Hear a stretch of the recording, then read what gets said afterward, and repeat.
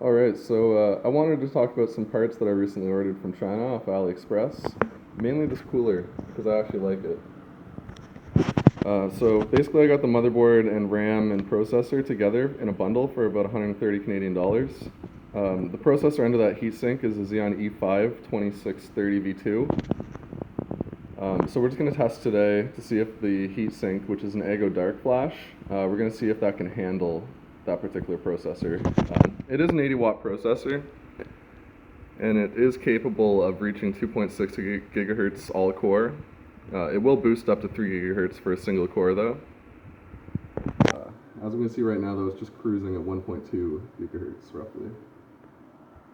So we're going to take a quick look at temperatures.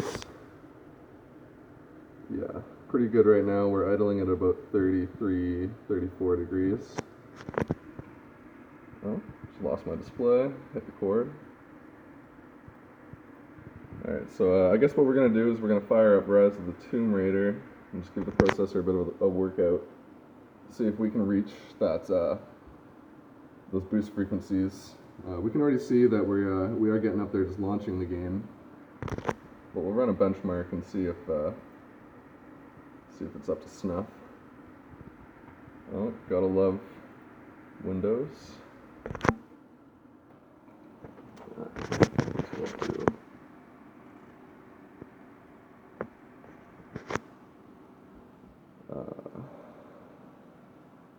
Has anyone ever noticed that modern games take an eon to load up?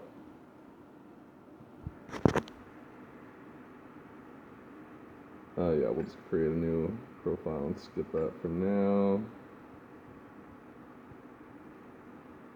Okay, whatever. Oh my god. Oh my god. Good god. Good god. Skip. What the? Terrible. No, I don't want to buy any more shit, Eidos. Okay, so while that's running, we'll just quickly talk about some of the stuff. So the cooler is actually a pretty good bargain. It actually costs less than 20 Canadian dollars. And it is pretty beefy. I like the pseudo RGB LEDs.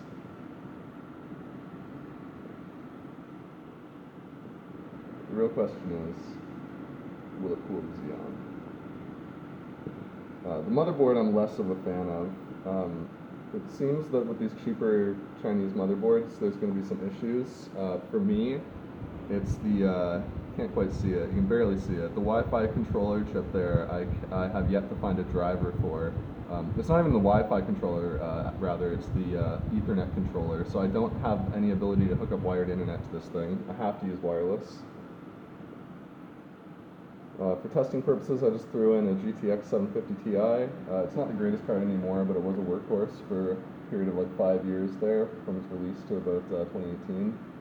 So still a pretty good card, a little low end right now. And okay, so we're just finishing up the benchmark now. Ooh, a little bit of pop in.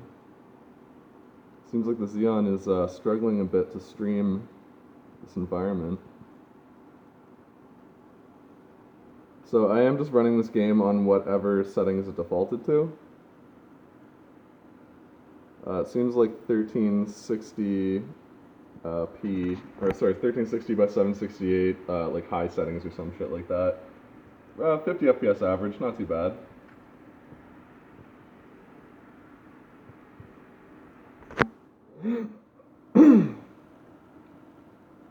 Let's check our frequencies and our temperatures, though. That is the real question here.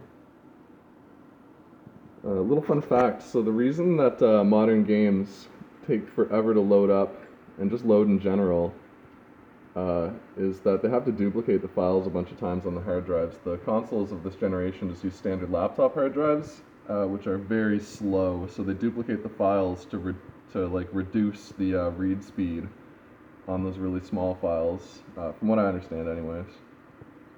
So we did get up to 45 degrees Celsius, which is actually pretty bitchin'. We weren't under load for that long though. Processor utilization was not bad. We got up to 87%. We did get up to our full processor frequency of 3 gigahertz. Although it's showing on all cores, you got to keep in mind that that is very unlikely all those cores hit that frequency at the same time. So like I said, this processor, the maximum all-core frequency is more like 2.6 gigahertz. Sorry, I'm holding the camera left-handed, and I'm shaking like a shitting dog. 750 Ti, acting normally.